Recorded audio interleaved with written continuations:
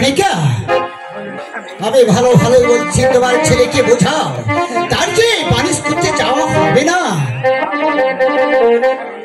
আমি যে যেতে দেবো না সোনিকা।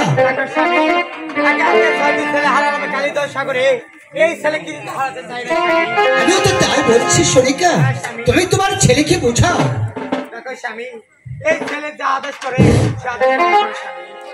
তাহলে তুমি কি বলতে চাও সোনিকা?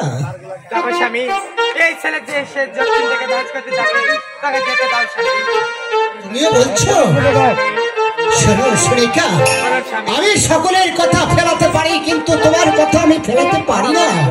তাই আমি বলছি, তুমি যখন এত করে বলছো, তাহলে তোমার ছেলেকে বাড়িতে পাঠাবে।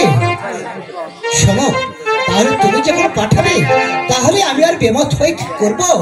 তাহলে তোমার ছেলের মুখে শোনো, কি কি লাগবে সেই ব্যবস্থা আমরা করবো। ঠিক আছে স্বামী, কোথায় ছেলে?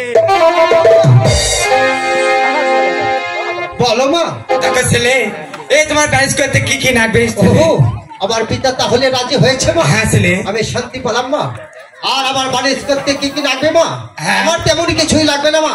আমারও লাগবে সোনার একটা বর্ষি মা, আর উপর একটা ছিপ, আর সঙ্গে দুইজন মাঝে হলে চলবে মা। ঠিক আছে বাবা, তাহলে তো বাবাকে যাই বলি। ঠিক আছে মা, বাবার কাছে বলি সব ব্যবস্থা করো, আমি চললাম বাসায় ফিরে। স্বামী গো স্বামী, সোনিকা দেখো স্বামী, এই ছেলে ব্যালেন্স করতে সোনার জিপ রূপায় বসি আর দুটা মালামাজি গন হলে স্বামী। কথা বলেছে হ্যাঁ স্বামী। সোনার একখানা বর্ষি, উপর একখানা ছিপ, আর তার সঙ্গে দুইজন মাঝি। হ্যাঁ স্বামী। তাহলে দেরি না করি চলো সোনিকা, আমরা বাসাতে গিয়ে